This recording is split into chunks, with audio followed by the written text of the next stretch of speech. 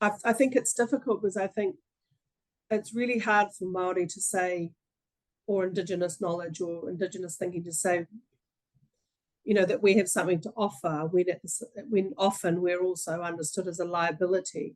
Or I find in my work, one day I'm an asset and the next day I'm a liability.